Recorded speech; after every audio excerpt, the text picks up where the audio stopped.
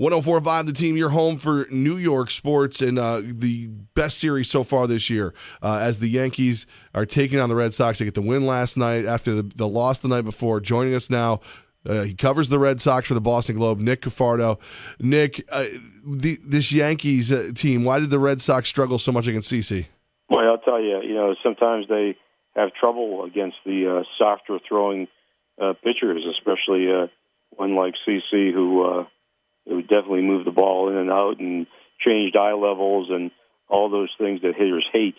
CC accomplished last night. So, there's a lot of respect for CC given how he's transformed into the new Frank Tanana, basically, and really become a very good pitcher who listen, he's probably working for another contract now.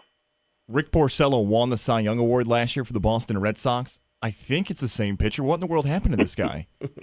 Yeah, he's looking more like the guy 2 years ago who just couldn't get that sinker to sink enough. He really relies on pounding the lower end of the strike zone, and that just hasn't happened consistently enough this year. I mean, he hasn't been horrible. But he's been really average, and he admits that. I mean, he just hasn't been himself, and until he gets going, this dream team that the Red Sox had at the top of the rotation, really, we won't see the benefits of it because Price is pitching tonight and making his third start of the year after an injury, and Sale started out really well, and he struggled lately, even though he's 7-2. So until these three guys just click on all cylinders, this team won't be able to really get going. They can hang in there, but they really can't get going. Nick Cafardo with us from the Boston Globe, and Nick, I'm a diehard Yankee fan to the point where Red Sox fans in the area they hate me. But even I have to admit, this is the perfect time to play this Red Sox team, right? I guess. Again, Price pitched very well the last time, so he could shut them down tonight easily, I would think, if he's on his game. He's a great pitcher. Their offense has been helter-skelter, so you just never know which offense is going to show up from game to game. But they can certainly score a lot of runs, very quickly when they're on, as they did at times against Baltimore when they played them. So, it's I'm not sure it's a good time to face any of these teams. All these teams in the AL East are tough teams to face, no matter when you face them. So that's why it's all kind of bunched up right now. I guess Nick, I was thinking that sooner or later the Red Sox are just going to click, and you're going to want to be a good 5-6 games ahead of them when they do. I guess that's kind of what I was thinking. That's a great theory. I mean, I that could happen. There's no doubt in my mind that could happen. I thought it would have happened by now, because out of spring training, I thought this was a really, really good team, and yes, they missed David Ortiz tremendously. They missed that presence in the order, presence in the clubhouse, the whole bit. Took the attention off of a lot of guys and took the heat himself. I mean, all that stuff is missing and is stuff that they need and they don't have. But I really thought that the pitching staff, would be a lot better than it has been so far. I'm glad you bring up David Ortiz because he was definitely a polarizing figure when it came to the Red Sox-Yankee rivalry, just like guys like Alex Rodriguez, Pedro Martinez, and others.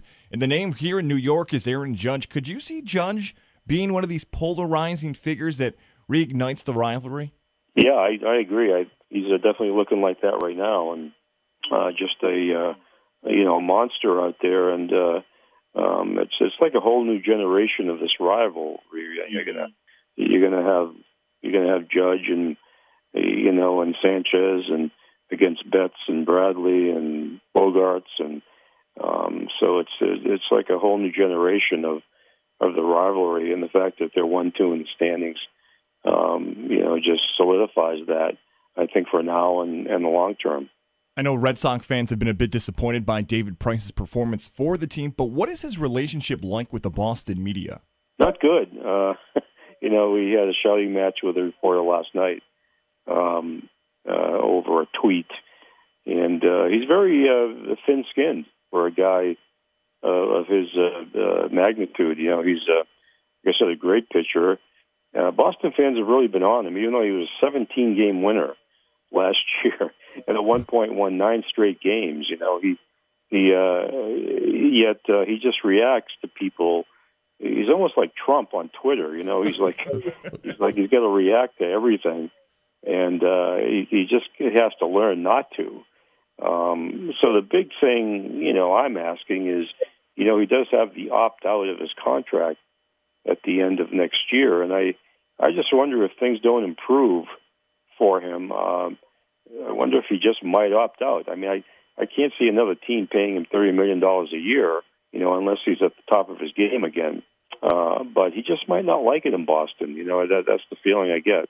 Nick Cafardo, the Boston Globe, with us right now, 104.5 The Team. It's funny because the Yankees are waiting to see if Tanaka can rebound, if he's going to opt out, and then the Red Sox are in the same boat with Price. Is he going to opt out? It's just they seem like mirror images to me with all the young talent and the weird contracts that are hanging over their heads. Yeah, you know, that's so true.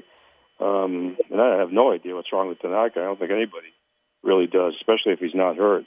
What the heck is going on with that? And yeah, they are kind of similar. They both make a lot of money, and maybe they can. Two teams can swing a deal, you know, or something like that. Who knows? But yeah, it's weird. It's a weird dynamic, and this Red Sox team, again, it just hasn't been able to smooth out yet. You know, even though they're hanging in there and they're, you know, on the verge of first place, but they just can't get there. I think until their rotation smooths out. Nick, I got to throw in one Yankee homer question. What's on Craig Kimbrell's hat, on the bill of his hat? Is that pine tar? Come on. Oh, yeah, it could be, you know.